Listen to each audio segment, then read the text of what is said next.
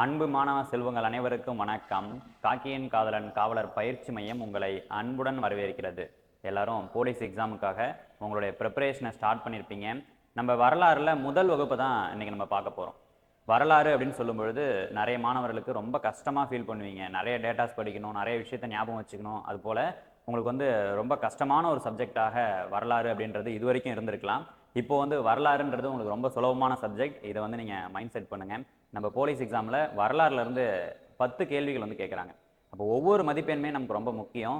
இந்த கேள்விகள் எல்லாமே எந்தெந்த பகுதியிலிருந்து கேட்குறாங்க, எந்தெந்த பாடங்களுக்கு நம்ம முக்கியத்துவம் கொடுக்க போகிறோம், சரிங்களா? அப்போது வரலாறுன்னு சொல்லும்போது பெரும்பான்மையான கேள்விகள் எல்லாமே எந்த புத்தகத்திலேருந்து எடுக்கிறாங்க அப்படின்ற ஐடியா மற்றும் வரலாறை பற்றின ஒட்டுமொத்தமான ஒரு அவுட்லைனை நம்ம இந்த கிளாஸில் பார்க்க போகிறோம், சரிங்களா? இவ்வளவு தாங்க வரலாறு அப்படின்றது உங்களுக்கு புரிஞ்சிடுச்சு அப்படின்னா இந்த எக்ஸாமுக்கு நீங்கள் படிக்க போகிறது ரொம்ப சுலபமாகிட போகுது. அப்போ இந்த முதல் வகுப்புன்றது ரொம்ப முக்கியமான வகுப்பு. அப்போ பாருங்கள், வரலாறு அப்படின்னு சொல்லும்பொழுது நம்ம இதை 3 வகையாக பிரிச்சிடலாம், சரிங்களா? உலக வரலாறு. என்ன சார் நீங்கள் உலக வரலாறுலாம் காம்படிட்டிவ் எக்ஸாமுக்கு யாருமே படிக்க மாட்டாங்களே, அப்போ உலக வரலாறுன்னு ஒரு சப்ஜெக்ட் இதுக்குள்ளார கொண்டு வரீங்களே அப்படின்னு சொன்னீங்கன்னா கண்டிப்பாக நம்ம டிஎன்யூஎஸ்ஆர்பி நடத்தக்கூடிய போலீஸ் எக்ஸாம் மற்றும் சப் இன்ஸ்பெக்டர் எக்ஸாமில் உலக வரலாறுலேருந்து கேள்விகள் வருது, சரிங்களா? அப்போ முதல்ல நம்ம பார்க்க போகிறது உலக வரலாறை பற்றி தான் நம்ம பார்க்க போகிறோம். அடுத்ததாக தமிழக வரலாறை பற்றி பார்க்க போகிறோம். அடுத்ததாக இந்திய வரலாறை பற்றி நம்ம பார்க்க போகிறோம், சரிங்களா? பாருங்க, நம்மளுடைய 6th இருந்து 10th வரைக்கும் இருக்கக்கூடிய பள்ளி பாடப்புத்தகத்திலிருந்து தான் உங்களுக்கு பெரும்பான்மையான கேள்விகள் கேட்குறாங்க.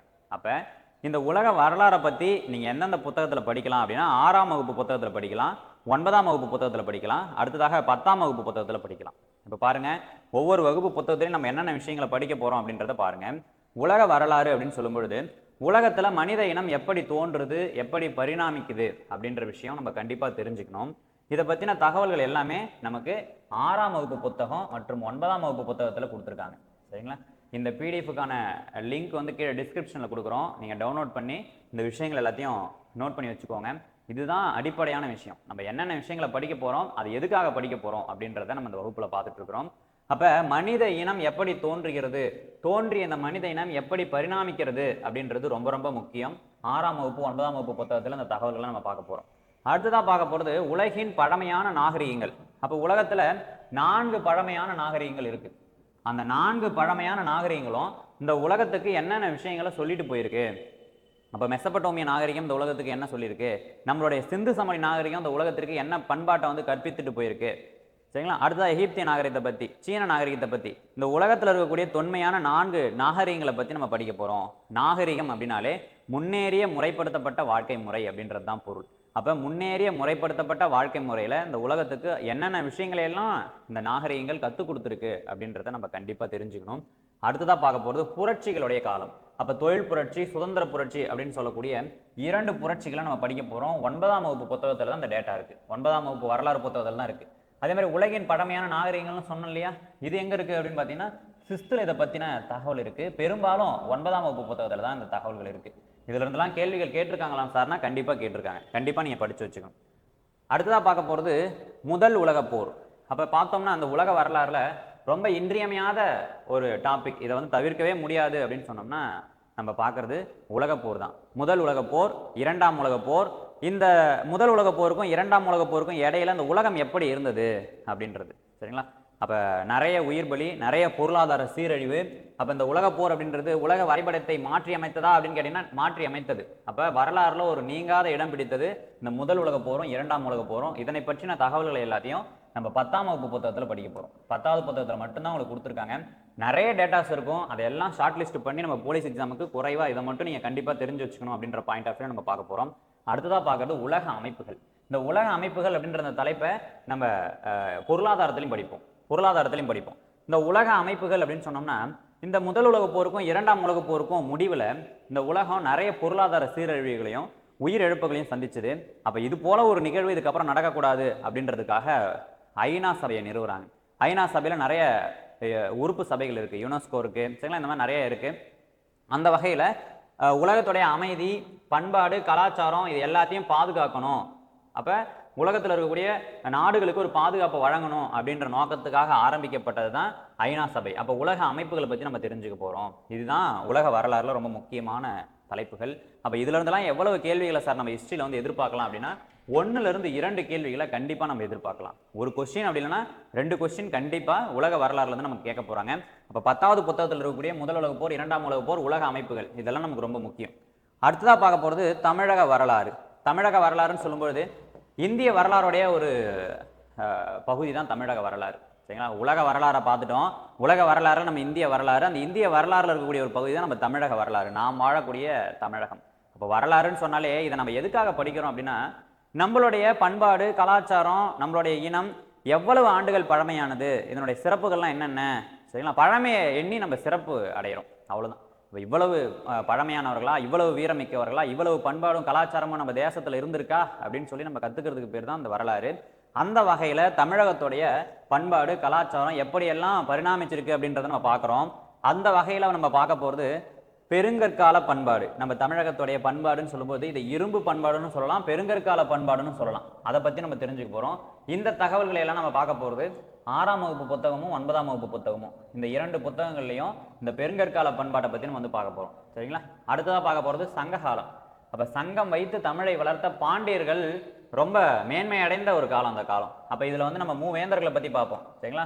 அப்ப பாருங்க, சேரர்களை பத்தி பார்ப்போம், சோழர்களை பத்தி பார்ப்போம், பாண்டியர்களை பத்தி பார்ப்போம். அப்ப இவங்களை தவிர்த்து இன்னும் இருக்கக்கூடிய கடையேழு வள்ளல்கள், சரிங்களா, குறுநில மன்னர்களையும் பார்ப்போம், வேலியர்கள் அப்படின்னு சொல்லக்கூடிய குறுநில மன்னர்களையும் பார்ப்போம். அப்ப இந்த சங்க காலம் அப்படின்னு சொல்லும்போது கிறிஸ்து பிறப்பதற்கு முன்பு 300ல இருந்து கிபி 300 வரைக்கும் இருக்கக்கூடிய காலத்தை தான் நம்ம சங்க காலம் அப்படின்னு சொல்றோம். இந்த காலத்துல இந்த தமிழகம் எப்படி இருந்தது, பண்பாடு, சிறப்புகள் எல்லாத்த பத்தி நம்ம பார்க்க போறோம். அடுத்ததான் சங்கம் அருவிய காலம், கிபி 300ல இருந்து கிபி 600 வரைக்கும் இருக்கக்கூடிய காலம். அப்ப இதை இன்னமும் நம்ம வேற வகையில் என்ன சொல்லலாம் அப்படின்னா களப்பிரர்களுடைய காலம் அப்படின்னு நம்ம சொல்லலாம். களப்பிரர்களுடைய காலம், இவங்களுடைய காலத்தை தான் நம்ம தமிழக வரலாறுல இருண்ட காலம்னு சொல்றோம். ஏன்னா இந்த காலத்தை பத்தி தெரிஞ்சுக்கிறதுக்கு நமக்கு நிறைய சான்றுகள் கிடைக்கல. நம்ம வரலாறுன்னு சொல்லும் பொழுதே அந்த காலத்துல இருந்த ஆர்கியாலஜி எவிடன்ஸை வச்சும், அந்த காலத்துல இருந்த புலவர்கள் எழுதின புத்தகங்களை அடிப்படையாக வச்சோம், கல்வெட்டுகளை வச்சோம், நாணயங்களை வச்சோம், செப்பு பட்டயங்களை வச்சும் தான் அந்த காலத்துல மக்கள் இப்படி வாழ்ந்திருக்காங்க, மன்னன் இப்படி வாழ்ந்திருக்கான், இந்த மாதிரி ஆட்சி செஞ்சிருக்கான், நல்லாட்சி செஞ்சிருக்கான்ற விஷயத்தெல்லாம் நம்ம தெரிஞ்சுக்க போறோம். அந்த வகையில பாருங்க, இந்த களப்பிரர்களை பத்தி நமக்கு தெரிஞ்சுக்கிறதுக்கான வரலாற்று சான்றுகள் இல்லாததுனால தமிழகத்துடைய இருண்ட காலமாக அந்த களப்பிரர்களுடைய காலத்தை நம்ம பார்க்கிறோம். அப்ப இந்த களப்பிரர்களுடைய ஆட்சியுடைய முடிவுல தமிழகத்துல வடபகுதியில பல்லவர்கள் வந்து களப்பிரர்களை விரட்டி அடிக்கிறாங்க. களப்பிரர்களை விரட்டி அடித்த பல்லவ மன்னன் யாருன்னா சிம்ம விஷ்ணு. நம்ம பிற்காலத்துல போக நம்ம வகுப்புகள்ல பார்க்கலாம். அப்ப பல்லவர்கள வடபகுதியில விரட்டி அடிக்கிறது, களப்பிரர்களை வடபகுதியில விரட்டி அடிக்கிறது பல்லவர்கள், தென்பகுதியில விரட்டி அடிக்கிறது பாண்டியர்கள். சரிங்களா? பாண்டிய அரசன் கடுங்கோன் அப்படின்றவன் தென்பகுதியில விரட்டி அடிக்கிறான். அப்ப நம்ம தமிழக தேசத்துல ஒட்டுமொத்தமா களப்பிரர்களுடைய ஆதிக்கம் இருக்கு. அதை வடபகுதியில பல்லவர்களும் தென்பகுதியில பாண்டியர்களும் விரட்டி அடிச்சு ஒட்டுமொத்தமா இப்ப தமிழக தேசத்தை 2 மன்னர்கள் பெரிய அளவில் ஆட்சி செஞ்சுட்டு இருக்காங்க. அதுல நம்ம இந்த பல்லவர்களுக்கும் இந்த பாண்டியர்களுக்கும் இடையில ஒரு சின்ன அரசாக இருந்த அந்த சோழ சாம்ராஜ்யம்ன்றது முதல்ல பல்லவர்களை ஒன்றும் இல்லாம ஆக்கிட்டு தமிழகத்தை, வட தமிழகத்தை கைப்பற்றுது. பிற்காலத்துல பாண்டியர்களையுமே ஒன்றும் இல்லாம ஆக்கிட்டு ஒட்டுமொத்த தமிழகத்தையும் சோழர்கள் கைப்பற்றுறாங்க. தமிழகம் மட்டும் கிடையாது, இலங்கையில பாதி பகுதி. சரிங்களா? அதே மாதிரி வந்து பார்த்தீங்கன்னா கங்கை வரைக்குமே படை எடுத்துட்டு போறாரு. ராஜேந்திர சோழனுடைய காலத்துல கடற்படைன்றது ரொம்ப வலிமையா இருக்கும், எல்லாத்தையும் நம்ம பார்ப்போம். சரிங்களா? மொரிஷியஸ் வரைக்குமே போயிட்டு வந்திருப்பாங்க. அப்ப நிறைய தேசங்களை வந்து கைப்பற்றுறாங்க. அப்ப இந்த சோழர்களை வந்து வலிமை இழந்ததுக்கு அப்புறம் பாண்டியர்கள் மீண்டும் தமிழகத்தை ஒட்டுமொத்தமா ஆக்குபை பண்றாங்க. அதை பத்தி எல்லாம் நம்ம பார்க்க போறோம். அடுத்ததாக இந்த பாண்டியர்களை தோற்கடித்துட்டு டெல்லி சுல்தானியம் கைப்பற்றுது, மதுரை சுல்தானியம் அப்படின்றது உருவாகுது. டெல்லி சுல்தானுக்கு கட்டுப்பட்ட மதுரை சுல்தானியம்ன்றது நம்ம தமிழக தேசத்தில் உருவாகுது. இந்த மதுரை சுல்தானியத்தை தோற்கடித்துட்டு விஜயநகர பேரரசர்கள் கைப்பற்றி நயங்கரா சிஸ்டத்தை கொண்டு வராங்க, நாயக் முறையை கொண்டு வராங்க. அப்ப இந்த நாயக்கர்களை நம்ம பார்ப்போம். சரிங்களா? அப்ப மதுரையை ஆட்சி செஞ்ச நாயக்கர் என்ன பண்ணுவார், தன்னுடைய நிர்வாக வசதிக்காக பாளையக்காரர் சிஸ்டத்தை கொண்டு வருவார். இப்ப பார்த்தோம்னா தென்னிந்திய சுதந்திர போர், இதோட நம்ம தமிழக வரலாறு வந்து இந்த தலைப்புகளை எல்லாத்தையும் இந்த வரிசையில நீங்க இப்ப பார்த்த வரிசையில நம்ம வந்து வகுப்புகள் வந்து கொண்டு போக போறோம். சரிங்களா? 6ஆம் வகுப்புல பண்டைய இந்திய வரலாறையும், 7ஆம் வகுப்புல இடைக்கால இந்திய வரலாறையும், நம்ம 8வதுல இருந்து 10வது வரைக்கும் பார்க்கும்போது நவீனகால இந்திய வரலாறு, இந்திய தேசிய இயக்கம், இது எல்லாத்தையும் நம்ம வந்து தொடர்ந்து பார்ப்போம். அதே வரிசையில தான் நம்ம பண்டைய தமிழக வரலாறு, இடைக்கால தமிழக வரலாறு, நவீனகால தமிழக வரலாறு, இது எல்லாத்தையும் நம்ம பார்க்க போறோம். இது எல்லாமே உங்களுக்கு வகுப்புகள் நடத்தும் போது புரிய ஆரம்பிச்சிடும். அடுத்ததான் பார்க்கறது இந்திய வரலாறு. இந்த இந்திய வரலாறு நம்ம 3 பகுதிகளாக பிரிச்சிருக்கிறோம். பண்டைய இந்திய வரலாறு, இடைக்கால இந்திய வரலாறு, நவீனகால இந்திய வரலாறு அப்படின்னு சொல்லி ஒட்டுமொத்த இந்திய தேசத்துடைய வரலாறையும் நம்ம இந்த வகையில பார்க்கலாம். பண்டைய இந்திய வரலாறு, இதுக்கு முன்னாடி நம்ம 6ஆம் வகுப்பு புத்தகத்துல சில விஷயங்கள் கொடுத்துருப்பாங்க, வரலாற்றுக்கு முந்தைய இந்தியா அப்படின்னு சொல்லி. அது என்ன சார் வரலாற்றுக்கு முந்தைய இந்தியா? வரலாறு தான் நம்ம 3ஆ பிரிச்சு படிக்கிறோமே, அப்போ வரலாற்றுக்கு முந்தைய இந்தியானா என்ன அப்படின்னா, வரலாற்றுக்கு முந்தைய காலம் அப்படின்னு நம்ம ஒரு விஷயத்தை எதனை அடிப்படையாக சொல்றோம் அப்படின்னா, எழுத படிக்கிறதுக்கு தெரியறதுக்கு முந்தைய காலம். இதுதான் சிந்து சமவெளி நாகரிகத்து மக்கள் வந்து எழுதியிருப்பாங்க. ஆனால் அந்த எழுத்துடைய பொருளை நம்மளால கண்டுபிடிச்சிருக்க முடியாது. சரிங்களா? அப்போ வேத காலம், எழுத படிக்க தெரிஞ்ச எழுத்துப்பூர்வமான ஆதாரங்கள் இன்னமும் நமக்கு இருக்கு. அப்போ இதெல்லாம் வரலாற்று காலம். இதுக்கு முந்தைய காலம் அப்படின்னும் பொழுது எழுத படிக்க தெரியாத காலம். அப்போ அந்த மக்கள் பயன்படுத்தின பொருட்களை வச்சு தான் நம்ம வந்து அந்த வரலாறை வந்து டெஃபினேஷன் பண்ணுறோம். இந்த மாதிரி தான் இவங்க வாழ்ந்துருக்காங்கன்னு சொல்லி. சரிங்களா? அப்போ வரலாற்றுக்கு முந்தைய இந்தியாவை பற்றி நம்ம பார்ப்போம்.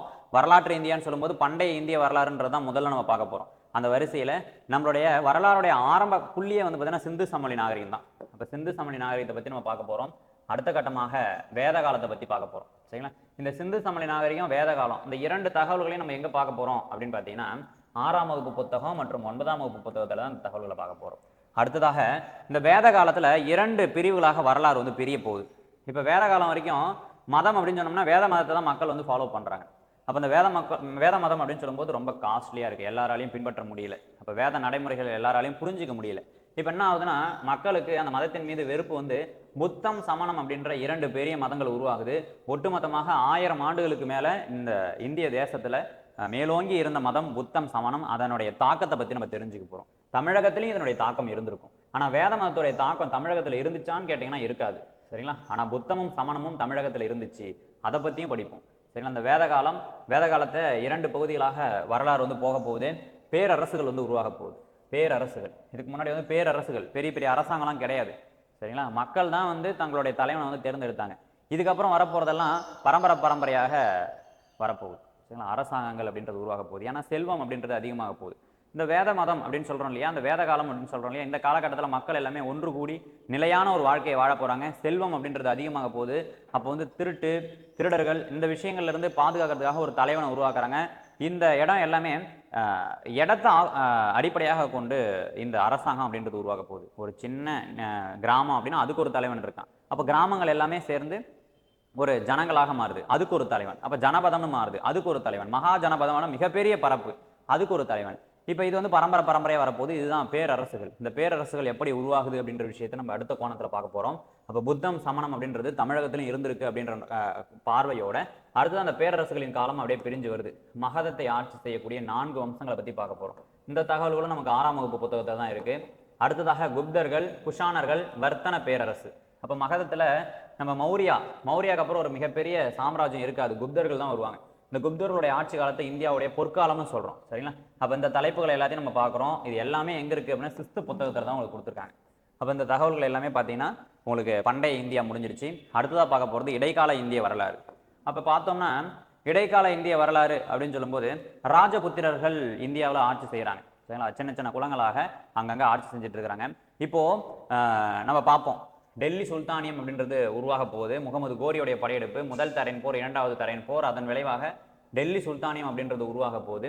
இந்த டெல்லி சுல்தானியத்தில் நம்ம வந்து அடிமை வம்சம், கில்ஜி வம்சம், துக்ளக் வம்சம், சையது வம்சம், லோடி வம்சம்னு சொல்லக்கூடிய 5 வம்சங்களை பார்ப்போம். அதில் துக்ளக் வம்சத்தில் முகமது பின் துக்ளக் அப்படின்றவர் திறமை இல்லாமல் இருப்பார். அப்போது ஒட்டுமொத்த இந்திய தேசத்தையும் கட்டுப்படுத்தியிருக்கக்கூடிய டெல்லி சுல்தானியத்திலிருந்து தென்னிந்தியாவில் ஒரு சுதந்திர அரசாங்கம் உருவாக போகுது. விஜயநகர, பாமினி, மதுரை. சரிங்களா? அப்போ இந்த 3 அரசாங்கங்களை பற்றி நம்ம படிக்க போகிறோம் பேரலாக. இந்த தகவல்கள் எல்லாம் எங்கே இருக்குது அப்படின்னா 7th புத்தகத்தில் நம்ம படிக்க போகிறோம். அடுத்ததாக முகலாயர்கள். இந்த டெல்லி சுல்தானியத்தில் கடைசி அரச வம்சம் லோடி வம்சம். இப்ராஹிம் லோடி அப்படின்ற மன்னன் ஆட்சி செஞ்சுட்டு இருக்கான். அவரை தோற்கடிச்சிட்டு பாபர் வந்து முகலாய சாம்ராஜ்யத்தை ஏற்படுத்த போகிறாரு. இந்திய தேசத்தில் இடைக்கால இந்தியாவுக்கும் நவீன கால இந்தியாவுக்கும் ஒரு மிகப்பெரிய பாலமாக இந்த முகலாயர்கள் இருந்தாங்க. அந்த அளவுக்கு மிகப்பெரிய ஒரு சாம்ராஜ்யம், மிக நீண்ட ஒரு வரலாறு நம்ம பார்க்க போகிறோம். இந்த வரலாற்றில் மராத்தியர்கள் மற்றும் பக்தி இயக்கம் அப்படின்றது பேரலாக நம்ம பார்க்க போகிறோம். அப்போ முகலாயர்களை வந்து ஒழிச்சு கட்டினதில் மராத்தியர்களுடைய பங்களிப்புன்றது ரொம்ப இன்றியமையாததாக இருந்திருக்கும். முகலாயர்களுடைய வீழ்ச்சி, மராத்தியர்களுடைய எழுச்சி, அந்த மாதிரி நம்ம பார்க்கலாம். மராத்தியர்களுடைய எழுச்சிக்கு பக்தி இயக்கம் அப்படின்றது மிகப்பெரிய ஒரு காரணமாக இருந்திருக்கும். அதையும் நம்ம பார்க்க போகிறோம். அடுத்ததான் நம்ம பார்க்க போகிறது நவீன கால இந்திய வரலாறு. அப்போ ஐரோப்பியர்களுடைய வருகை. அப்போ நம்ம பார்த்தோம்னா இந்தியாவிலிருந்து ஐரோப்பாவுக்கு போகக்கூடிய நிலவழி அப்படின்றது மூடப்படுது. இப்போது ஐரோப்பாவில் நம்ம இந்தியாவிலேருந்து போகக்கூடிய வாசனை பொருட்கள், திப்பு, லவங்கம், இஞ்சி, இந்த மாதிரி இருக்கக்கூடிய வாசனை பொருட்களுக்கு அதிகமான டிமாண்டு. இதை வந்து வாங்கணும். அப்போ வேற ஒரு மாற்று வழியை கண்டுபிடிக்கணும். கடல் வழியாக இந்தியாவுக்கு வர விஷயத்தை வந்து கண்டுபிடிக்கிறாங்க. கடல் வழியை கண்டுபிடிக்கிறாங்க. ஐரோப்பியர்கள் இந்தியாவிற்கு வராங்க. வாணிபத்திற்காக இந்தியாவிற்கு வரார்கள். வந்த ஐரோப்பியர்கள் அவங்களுடைய ஏகாதிபத்தியத்தை இந்தியாவில் வந்து செலுத்துறாங்க. அந்த ஏகாதிபத்தியத்தில் அவங்களுடைய ஆட்சி எப்படி இருந்துச்சு, அவங்களோட நிர்வாகம் எப்படி இருந்துச்சு, அவங்களுடைய வரி வசூலிக்கக்கூடிய சிஸ்டம் எப்படி இருந்துச்சு, அவங்க என்னென்ன திட்டங்களை எல்லாம் கொண்டு வந்தாங்க அப்படின்ற பார்வையில் நம்ம படிக்க போகிறோம். இந்த ஐரோப்பியருடைய வருகை, ஆங்கில ஏகாதிபத்தியம், இந்த தகவல்கள் எல்லாம் 8ஆம் வகுப்பு புத்தகத்தில் நமக்கு கொடுத்துருக்காங்க. அடுத்ததாக பார்க்க போகிறது இந்திய தேசிய இயக்கம். ஒட்டுமொத்த இந்தியாவையும் ஆங்கிலேயர்கள் தங்களுடைய கட்டுப்பாட்டின் கீழ் கொண்டு வந்துட்டாங்க. அவங்களுடைய கட்டுப்பாட்டில் இல்லாமல் அவங்களுக்கு கட்டுப்பட்ட நிறைய சுதந்திர தேசங்களும் இருக்குது. சரிங்களா? இவங்க எல்லாருமே ஆங்கிலேயருடைய ஆட்சி நிர்வாகத்தை எதிர்த்து போராட போகிறாங்க. இந்த காலகட்டத்தை காந்திய காலகட்டம், காந்திக்கு முந்தைய காலகட்டம் அப்படின்னு நம்ம 2 வகையாக நம்ம பிரிக்கலாம். காந்தி வருவதற்கு முன்பு இந்திய சுதந்திர போராட்டம் எப்படி போச்சு அப்படின்றது. அப்போ இந்த இந்திய தேசிய இயக்கத்தை நம்ம இன்னமும் பொதுவாக சுருக்கமாக சொல்லணும் அப்படின்னா, இந்திய தேசிய காங்கிரஸோடைய தோற்றம், அதுக்கப்புறம் இந்திய வரலாறு எப்படி போகுது, நம்ம சுதந்திரத்துக்காக எப்படி போராடுறோம், தென்னிந்தியாவுடைய பங்களிப்பு என்ன, இந்த விஷயங்கள் எல்லாத்தையும் நம்ம பார்க்க போகிறோம். இவ்வளவு தாங்க வரலாறு. இந்த வரலாறுல நம்ம பார்த்துருக்கிற விஷயங்கள் எல்லாமே தான். ஒவ்வொரு பாடத்துலையும் முக்கியமான கேள்விகள்னு பார்த்தீங்கன்னா ஒரு 10 கேள்விகள் தான் இருந்திருக்கும். சரிங்களா? இப்போ நம்ம கொடுத்தது தான் அவுட்லைன். இந்த விஷயத்தை நீங்கள் நல்லா புரிஞ்சுக்கிங்க. வரலாறை நம்ம 3 பகுதிகளாக பார்க்க போகிறோம். ஒன்று உலக வரலாறு, இந்திய வரலாறு, தமிழக வரலாறு அப்படின்னு சொல்லி நம்ம பார்க்க போகிறோம். ஒவ்வொரு தலைப்புலையும் முக்கியமான கேள்விகள்னு பார்த்தீங்கன்னா ஒரு 10 கேள்விகள் தான் இருக்கும். ரொம்ப முக்கியமான பாடங்கள் அப்படின்னு நம்ம எடுத்துக்கிட்டோம்னா அதிகமான கேள்விகள் எங்கேருந்து கேட்குறாங்க அப்படின்னு பார்த்தோம்னா கடந்த கால காவலர் தேர்வில் இந்திய தேசிய இயக்கத்திலேருந்து கேட்டிருக்காங்க. இந்த தகவல்கள் எல்லாமே நமக்கு 10ஆம் வகுப்பு புத்தகத்தில் இருக்குது. இந்திய தேசிய இயக்கம் இதிலிருந்து தான் அதிகமான கேள்விகள் கேட்பாங்க. எந்த அளவுக்கு அப்படின்னு பார்த்தீங்கன்னா 10 கேள்வியில் 5 கேள்வியிலிருந்து நம்ம 4 கேள்விகள் வரைக்கும் இந்திய தேசிய இயக்கத்தில் இருந்திருக்கும். அப்போ இடைக்கால இந்திய வரலாறு, அதுலேயும் குறிப்பாக டெல்லி சுல்தானியம், முகலாயர்கள், இதிலிருந்து கண்டிப்பாக 2 கேள்விகள் நமக்கு இருக்க போகுது. சரிங்களா? அடுத்ததாக பண்டைய இந்திய வரலாறு 2 கேள்விகள் இருக்கும். அதுலேயும் குறிப்பாக குப்தர்கள். சரிங்களா? ரொம்ப யூனிக்கான கொஸ்டின்ஸ் சிலது நம்ம பார்ப்போம். அதை மட்டும் நீங்கள் படிச்சுக்கிட்டீங்கனாலே போதும். நம்மளுடைய போலீஸ் எக்ஸாம் அப்படின்னு சொல்லும்போது ரொம்ப சுலபமான எக்ஸாம் தான். நீங்கள் இதை நினச்சி பயப்பட தேவையில்ல. நம்ம கொடுக்குற விஷயங்களை மட்டும் நீங்கள் சரியாக வந்து படிச்சுக்கிங்க. அப்போ நம்ம வெளிச்சம் அப்படின்ற அந்த ஆன்லைன் கிளாஸுக்கான ஷெடியூல் கேட்டுட்ருக்கீங்க. இந்த ஷெடியூலை பொறுத்த வரைக்கும் நம்மளுடைய அத்தியாயம் டெஸ்ட் சீரிஸுக்கான ஷெடியூல் தான் நம்ம வெளிச்சம் ஆன்லைன் கிளாஸுக்கான ஷெடியூல். நீங்கள் அத்தியாயம் டெஸ்ட் சீரிஸில் ஜாயின் பண்ணிக்கோங்க. நம்ம செகண்ட் பேட்ச் ஸ்டார்ட் பண்ணிட்டோம். உங்களுக்கு கீழே டிஸ்கிரிப்ஷனில் லிங்க் கொடுத்துருக்குறோம். அத்தியாயம் பேட்சுக்கான டெஸ்ட் ஷெடியூல் லிங்க் கொடுத்துருக்குறோம். அதை பிரிண்ட் அவுட் எடுத்து அதை ஃபாலோ பண்ணிக்கோங்க. பேரலாக நம்மளுடைய கிளாஸ் போயிட்டுருக்கு அப்படின்னா கிளாஸை ஒன்ஸ் பாருங்கள். ஸ்கூல் புக்கை ரீட் பண்ணுங்கள். நம்ம கொடுக்குற டேட்டாஸை மட்டும் நீங்கள் படிங்க. படிச்சுட்டு டெஸ்ட்டு ப்ராக்டிஸ் பண்ணுங்கள். கண்டிப்பாக வரக்கூடிய போலீஸ் எக்ஸாமில் நல்ல ஒரு மார்க்கை உங்களால் ஸ்கோர் பண்ண முடியும். தொடர்ந்து இணைந்திருங்கள் காக்கியின் காதலன் காவலர் பயிற்சி மையத்துடன். நன்றி.